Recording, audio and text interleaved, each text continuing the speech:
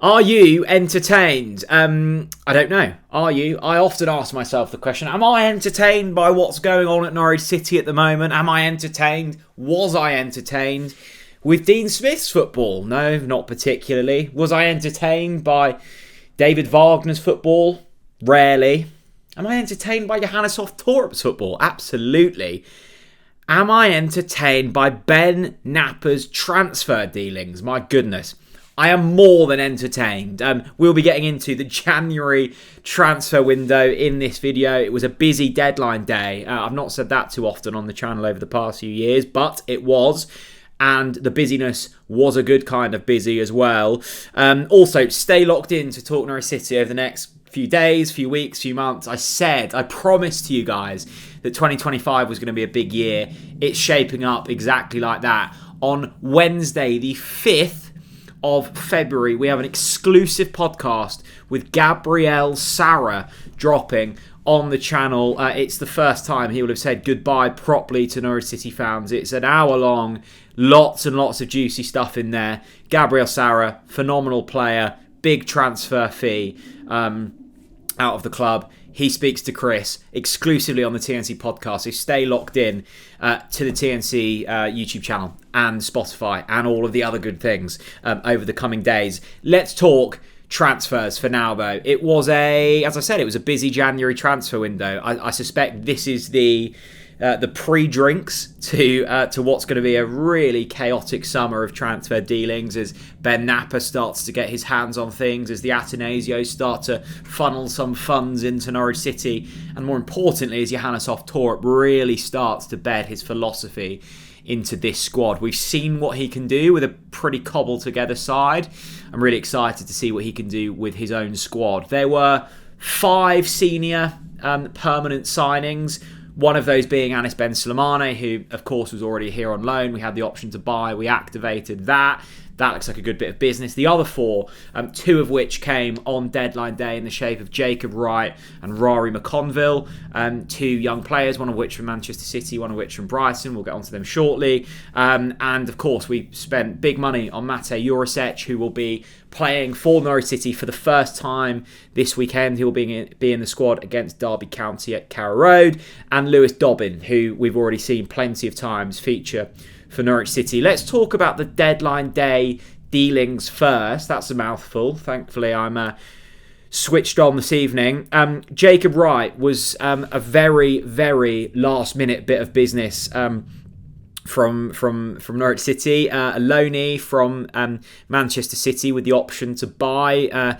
The rumoured fee was originally £5 million. It seems to be less than that if we're trusting that of Paddy Davitt and Connor Southwell and those guys at the Pinken, which we have absolutely no reason not to.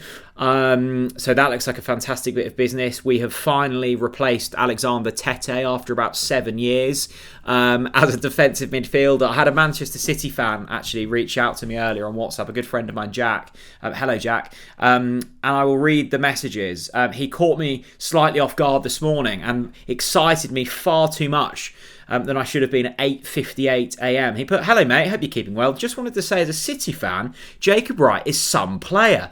Pep just doesn't trust youngsters in midfield, so he hasn't been given the chance. It's at the point where lots of City fans are disappointed that he's gone. He will comfortably end up as a Premier League player. You'll have big bids within 18 months. Absolutely guarantee you that." I said, "Has he looked good?" He said, "Yeah, looked really good for us in a few cameos he had. Was meant to leave on loan in the summer, and Pep specifically said that he should stay." So there we go. That's Jacob Wright. He looks like a really exciting bit of business. Ruairi McConville is another really exciting bit of business. He comes in from Brighton. He actually made his senior debut for Brighton against Norwich in the FA Cup on a day to forget when we lost 4-0. He came on, and I think about the 70th minute, commanding, comfortable on the ball centre-back. I think he's 6'4", 6'5", capped at youth levels for his national team. There were probably 2 objectives at the start of this transfer window. One, to lower the wage bill, and that's happened. We've let go of Christian Fastnacht and Ashley Barnes and Grant Hanley, and they would have all been on significant wages. Number 2, lower the age profile? Well, as I say, we've let go of Christian Fastnacht, Ashley Barnes, Grant Hanley. We've replaced them with young players. I mean, just looking at that list, the oldest is Ben Slimane, and he's 23 years old. McConville, Wright, both teenagers. Lewis Dobbin, very young as well. I think he's 19 or 20 off the top of my head. Matěj Jurásek, 20 years old. You know, these are ticking all of the boxes. All of the Ben Napper boxes, big tick. All of the Johannes Torup boxes, well, time will tell to see if they bed in. And look, on paper, this looks like a truly wonderful bit of transfer business on all behalves here. I'm sure not all of them will work as we're all expecting them to. It's not as simple as going, it looks great on paper, it will work. These are human beings being deployed in an incredibly chaotic division, and not everybody can play at once. Like, there will be certain things that don't work, but we've got a pattern, we've got a philosophy, and we're starting to follow that. And it helps massively when you've got a bit of money behind you as well. And that's the exciting thing with the Atanasios, is you've got an intelligent, driven, organised young head coach in Johannes Torup, who you can already see is starting to bed in his ideas. And I think the way in which we play and the way in which we bed in youth players, well, he quoted it. Jacob Wright said that it was one of the main reasons for him coming to Norwich City. That's a big tick. You've got a man in Ben Napper who the Atanasios love and identified as the man that they wanted to kind of lead this club forward, who's already succeeded in the transfer market with limited funds.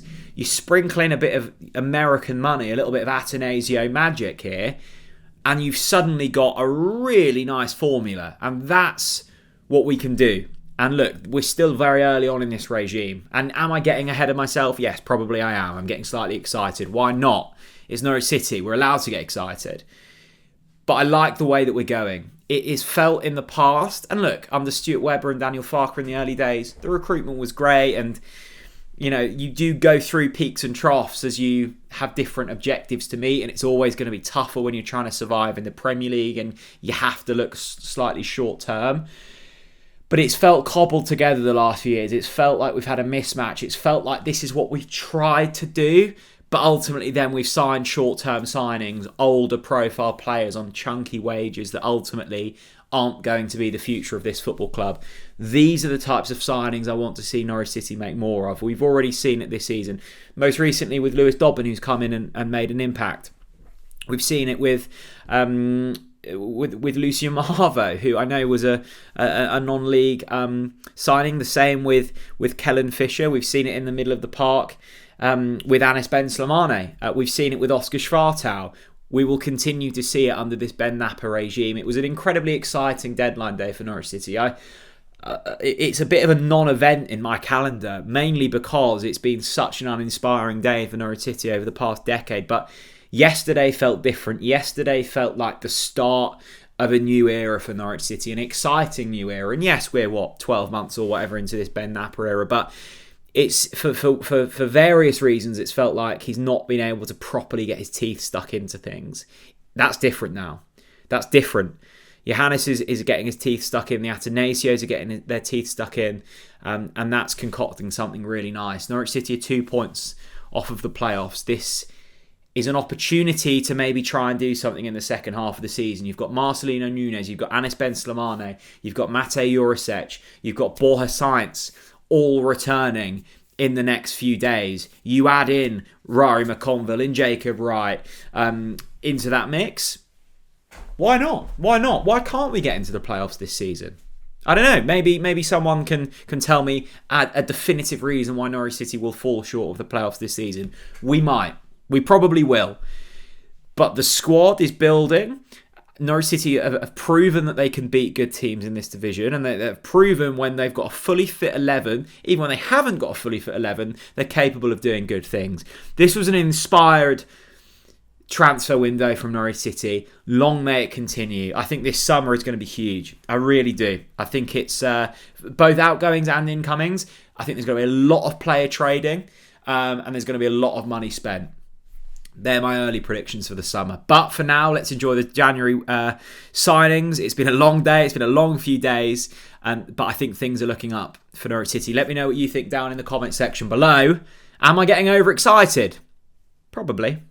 Thanks for watching, everyone. Bye-bye.